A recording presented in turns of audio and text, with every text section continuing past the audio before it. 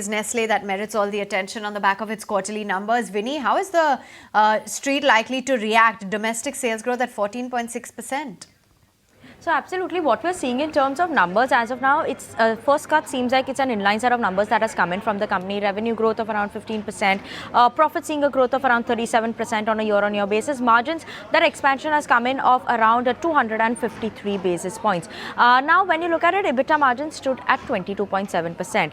When you look at it, what is actually supporting the revenue growth of the company? One, it's supported by the mix, the volume that was targeted by branded support as well, and the key brands that have continued to perform well. So whether you look at KitKat, Nescafe, Maggi and others, that has continued to see a strong growth. Even the e-commerce channels, that has continued to see a strong performance, and now that accounts to around 6.5% of their sales. Companies, yes, highlighting one factor is that, those milk inflation prices, that still continues. Wheat flour prices, edible oil and coffee prices still a bit on the higher end. So that is something that you should watch out for.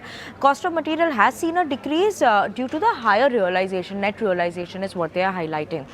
Now, other than that, the company has witnessed a strong growth across mega cities, in metro cities, robust performance in tier 1 to tier 6 cities as well, and towns as well. So they have seen that improvement coming in smaller towns and cities as well. Overall, what they're saying is that prepared dishes and cooking is aided. They registered a double-digit growth. Confectionery also has seen a double-digit growth coming in. Nutrition has managed to deliver a double-digit growth, and despite that inflationary pressure that we have seen coming in on the milk prices, yes, in terms of commodities, they are keeping an eye out on edible oil, wheat, packing material, which have been on the lower range.